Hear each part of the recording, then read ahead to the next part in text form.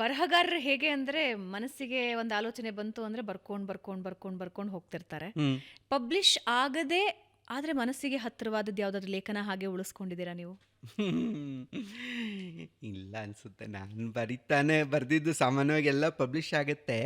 ನೀವು ಬರೀತಾ ಬರೀತಾ ಏನಾಗುತ್ತೆ, ಬರೆದು ಇಡ್ಬೋದು, ಏನು ತಪ್ಪಿಲ್ಲ. ಇವಾಗ ಏನಾದ್ರು ಸೋಪಾನ ಆಗುತ್ತೆ, ಮುಂದಿನ ಕೃತಿಯಲ್ಲಿ ಅದರಿಂದ ಬೇರೆ ರೀತಿಯಲ್ಲಿ ಬರ್ಕೊಳ್ತೀರ. ಅದನ್ನು ಹಂಗಾಗಿದೆ ನನಗೆ. ಕೆಲವು ಕತೆನ ಬರ್ತಿದ್ದೆ ನಾನು ಆ್ಯಕ್ಚುಲಿ ಒಂದು ಲೆಸ್ಬಿಯನ್ ಬಗ್ಗೆ ಒಂದು ಕತೆ ಬರ್ತಿದ್ದೆ ನಾನು ಆ್ಯಕ್ಚುಲಿ ಆ ಕಾಲಘಟ್ಟದಲ್ಲಿ. ಅದು ವಿಚಿತ್ರ ಅಯಸ್ಕಾಂತಗಳು ಅಂತ.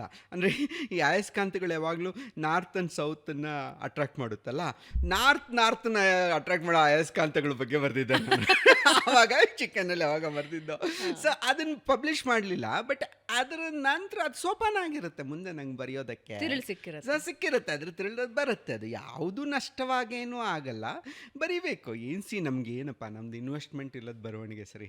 ಸೊ ನಮ್ಗೆ ಎಷ್ಟು ಸುಖ ಅಂತಂದರೆ, ಈ ಸಿನಿಮಾದವ್ರು ನೋಡಿದ್ರೆ ಪಾಪ ಅನಿಸುತ್ತೆ. ಯಾರೋ ಪ್ರೊಡ್ಯೂಸರ್ನ ಹಿಡ್ಕೊಂಡು ಓಡಾಡ್ತಾರೆ ಎಲ್ಲರೂ. ಇಷ್ಟು ಹಣ ಬೇಕು, ಅಷ್ಟು ಹಣ ಬೇಕು, ಆಮೇಲೆ ಆ್ಯಕ್ಟರ್ಸ್ಗಳು ಬೇಕು, ನಮ್ಗೆ ಏನಿಲ್ಲ, ಎಲ್ಲವೂ ನಮ್ಮ ಕೈಯೊಳಗೆ ಒಂದು ಪೇಪರು ಪೆನ್ನು ಇದ್ರೆ ಸಾಕು. ನಾನು ಲ್ಯಾಪ್ಟಾಪ್ ಯೂಸ್ ಮಾಡ್ತೀನಿ. ಸೊ ಲ್ಯಾಪ್ಟಾಪ್ ಅಷ್ಟೇ, ಏನೇನೇನೇನು ಇಲ್ಲ. ವರ್ಕ್ ಸಿನಿಮಾಗೆ ಯಾವತ್ತು ಕಥೆ ಬರಿಬೇಕು ಅಂತ ಅನ್ಸಿಲ್ವಾ?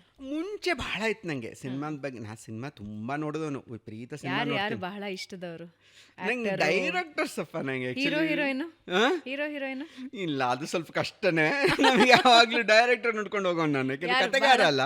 ಅಚ್ಚುಮೆಚ್ಚಿನ ನಿರ್ದೇಶಕರು ಯಾರು? ಎಲ್ಲೂ ನಮ್ಮಲ್ಲಂತೂ ನಂಗೆ ಸಿದ್ಲಿಂಗಯ್ಯ ಬಹಳ ಇಷ್ಟ ಆದವರು ಆ್ಯಕ್ಚುಲಿ. ಸೊ ತುಂಬ ವೆರೈಟಿ ಆಗಿ ಕೊಟ್ಟಿದ್ದಾರೆ. ಸೊ ನಮ್ಮ ಆ ಸಿನಿಮಾಗಳು ಬಂದಿವೆ ಅಲ್ಲ, ಆ್ಯಕ್ಚುಲಿ ಅವ್ರದ್ದು ಭೂತಯ್ಯನ ಮಗ ಅಯ್ಯೋ ಆಗಲಿ, ಅಥವಾ ದೂರದ ಬೆಟ್ಟ ಆಗಲಿ, ಅಥವಾ ಬಂಗಾರದ ಮನುಷ್ಯ ಆಗಲಿ, ಸಿದ್ಲಿಂಗಯ್ಯ ಆಸ್ ಅ ಸೆಲೆಬ್ರೇಟೆಡ್ ಇದು ಅನಿಸುತ್ತೆ ನನಗೆ. ತುಂಬ ಪ್ರಾಮುಖ್ಯ ಅನಿಸುತ್ತೆ ಕನ್ನಡದ ವಿಷಯದಲ್ಲಿ ಬಂದಾಗ. ಆಮೇಲೆ ನಮ್ಮ ಗಿರೀಶ್ ಕಾಸರೊಳ್ಳಿ ಇದ್ದಾರೆ, ಪುಟ್ಟಣ್ಣ ಇದ್ದಾರೆ, ಎಲ್ಲರೂ ಇದ್ದಾರೆ. But Siddalingaiah for me his special. ಯಾಕೆಂದರೆ ಈ ಎರಡೂ ಜಾನ್ರನ್ನ ಮಿಕ್ಸ್ ಮಾಡಿದರು, ಕಮರ್ಷಿಯಲ್ ಮತ್ತು ಇಂಟೆಲೆಕ್ಚುಯಲ್ ಎರಡನ್ನೂ ಜಾನ್ರನ್ನು ತುಂಬ ಚೆಂದ ಮಿಕ್ಸ್ ಮಾಡಿದಂಥವ್ರು ಸಿದ್ಲಿಂಗಯ್ಯ ಅನಿಸುತ್ತೆ ನನಗೆ. ಸೊ ಅವರ ಸಿನಿಮಾಗಳು. ಬಟ್ ಇಂಟರ್ನ್ಯಾಷನಲ್ಲೇ ನೋಡೋದೇ ಜಾಸ್ತಿ ನಾನು. ನನಗೆ ಚೈನಾದ ಒಬ್ಬ ನಿರ್ದೇಶಕ ಭಾಳ ಇಷ್ಟ, ಶಾಂಗಿ ಮಾವೋ ಅಂತ ಒಬ್ಬನಿದ್ದಾನೆ ಆ್ಯಕ್ಚುಲಿ. ಸೊ ಅವನು ತುಂಬ ಚಂದ ಸಿನಿಮಾಗಳು ಮಾಡ್ತಾನೆ. ಯಾವ ಜಾನರ್ ಇರುತ್ತೆ ಅವ್ರದ್ದು ಮಾಮೂಲಿ ಫಿಕ್ಷನ್ ಅವನು. ಆಮೇಲೆ ಇದು ಕೂಡ ಮಾಡಿದ್ದಾನೆ, ಮಾರ್ಷಲ್ ಆರ್ಟ್ಸ್ದು ಸಿನಿಮಾ ಮಾಡ್ದ ಅವನು ಒಂದೆರಡು. ಬಟ್ ಅದೆಲ್ಲದಕ್ಕಿಂತ ಅವನು ಸೋಷಿಯಲ್ ಡ್ರಾಮಾಸ್ ಇರುತ್ತಲ್ಲ, ಬಹಳ ಚೆನ್ನಾಗಿರುತ್ತೆ. ಎಲ್ಲ ತುಂಬ ನೋಡ್ತೀನಿ. ಅಯ್ಯೋ ಸಿನಿಮಾ ನೋಡಿದೆ, ಏನು ಬೇಕಾದಷ್ಟು ಸಿನಿಮಾ ನೋಡೋದು.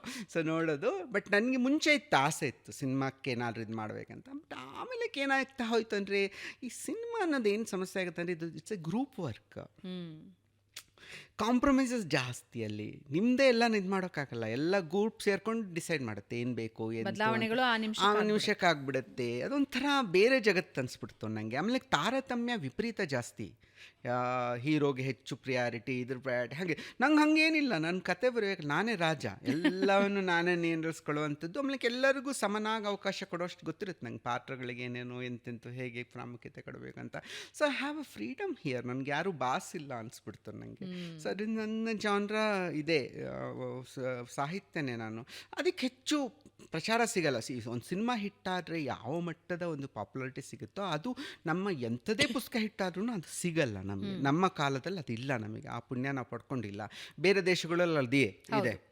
ಬೇರೆ ದೇಶದಲ್ಲಿ ಒಂದು ಪುಸ್ತಕ ಹಿಟ್ಟಾದರೂ ಸಾಕು, ಲೇಖಕ ದೊಡ್ಡ ಮಟ್ಟದಲ್ಲಿ ಇದಾಗ್ಬಿಡ್ತಾನೆ, ಅವ್ನು ಸೆಲೆಬ್ರೇಟ್ ಆಗ್ತಾನೆ. ನಮ್ಮ ದೇಶದಲ್ಲಿ ಇಲ್ಲ, ನಮ್ಮ ಭಾಷೆ ಇರಲಿ, ನಮ್ಮ ದೇಶ ಕಾಲದಲ್ಲಿ ಸ್ಥಿತಿ ಅದು. ಬಟ್ ನನಗೆ ಇಷ್ಟ ಆಗೋ ಬರವಣಿಗೆ ತಾನೆ, ಮಾಡ್ಕೊಂಡಿರ್ತೀನಪ್ಪ, ಬರ್ಕೊಂಡಿರ್ತೀನಿ ಎಷ್ಟಾದರೂ ಸರಿ ಅಂತ. ಸಿನಿಮಾದ ಆಸಕ್ತಿ ನನಗಿಲ್ಲ. ಸೊ ನಾನು ಬರಿತೀನಿ, ಬರ್ಕೊಂಡು ಹೋಗ್ತೀನಿ. ಮುಂದೆ ನೋಡ್ಕೊಳ್ಳಿ ಯಾರೋ.